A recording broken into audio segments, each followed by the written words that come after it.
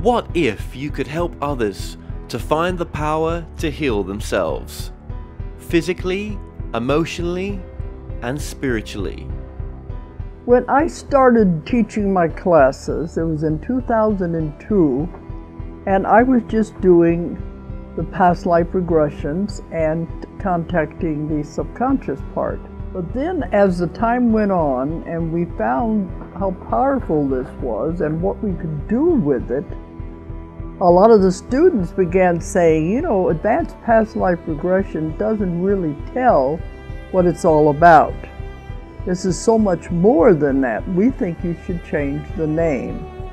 So it was a few years ago we decided to change the name to Quantum Healing Hypnosis Technique. And this is the healing technique that we've now been teaching it, well, since 2002, that's 12 years. What if you could time travel with them? Visit mythical places or angelic realms, other worlds, other galaxies. Help others to speak to their higher selves. You can. Dolores has taught thousands of people from across the world how to use QHHT, and now you can learn her method by going directly to dolorescannon.com. And don't forget to mention the discount code MORETALKS.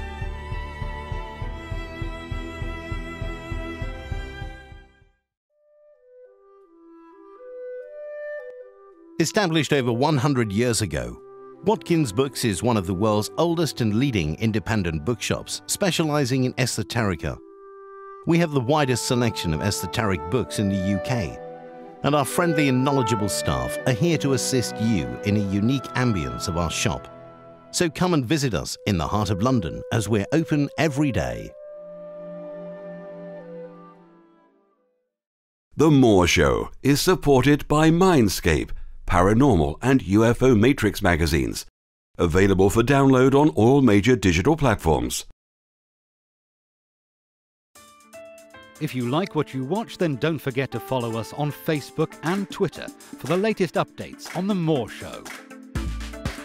Remember to subscribe to our YouTube channel for new weekly television and radio shows.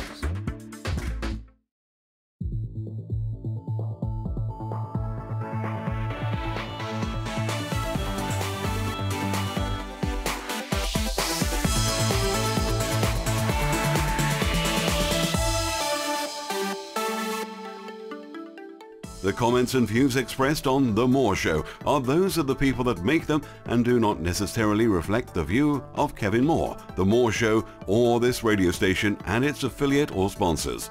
This show is for entertainment purposes only. Broadcasting from the UK and across the world online, you're now watching the UK's only alternative late-night talk show, and I'm Kevin Moore.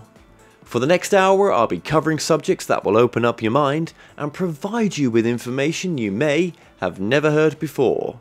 On today's show, I'm joined with Dr. Robert Davis, who is an internationally recognized scientist in his field and served as a professor at the State University of New York for over 30 years. He graduated with a BA and MA from the City University of New York and with a Ph.D. in hearing science and audiology from the Ohio State University. Dr. Davis has published over 40 articles in scholarly journals and several book chapters on various topics in clinical audiology, the effects of noise on hearing, and auditory neuroscience. He has also lectured at these topics on national and international conferences and was awarded several major grants to fund research into hearing sciences. Now, his other passion is in research and investigating the UFO phenomena, which has convinced him that the phenomena remains unresolved and is a source of considerable debate among millions worldwide, and is a very important concern unfortunately ignored among the general scientific community. He advocates for the need to advance our understanding of the phenomena through the development of government structures to provide the necessary leadership, direction and related support, both human and financial, for a multidisciplinary team of leading scholars to discuss the phenomena.